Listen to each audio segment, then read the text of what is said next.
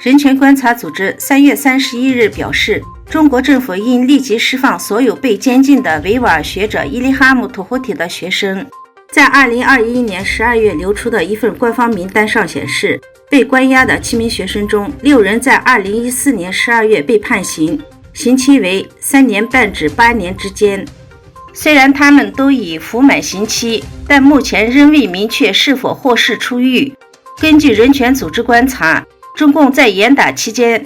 有些人原本从监狱释放，却在出狱后不久或立即再次被送进政治教育营和监狱。中国外长王毅在安徽屯溪主持召开第3次阿富汗邻国外长会议后，召开了新闻发布会。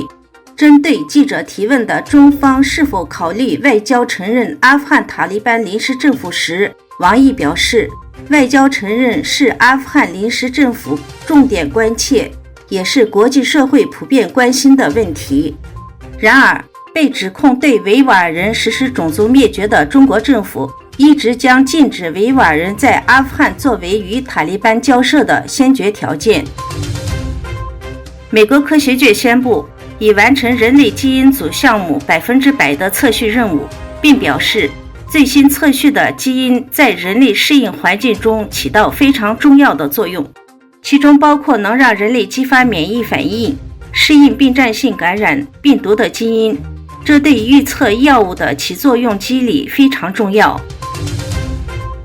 大陆中共病毒疫情持续升温，官方称上海疫情还在快速上升阶段。继上海东海老年护理医院爆出院内感染及多名老人死亡案例后，上海公共卫生临床中心的婴幼儿隔离点近日被曝光，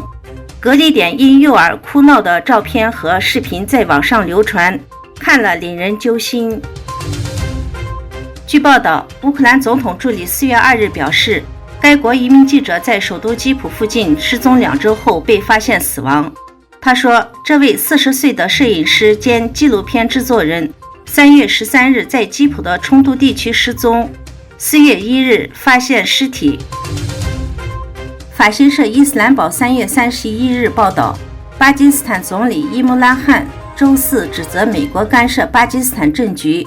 华盛顿迅速否认了这一说法。报道称，伊姆兰汗周四晚发表全国讲话，暗指美国是他所说的干涉巴基斯坦事务的信息来源。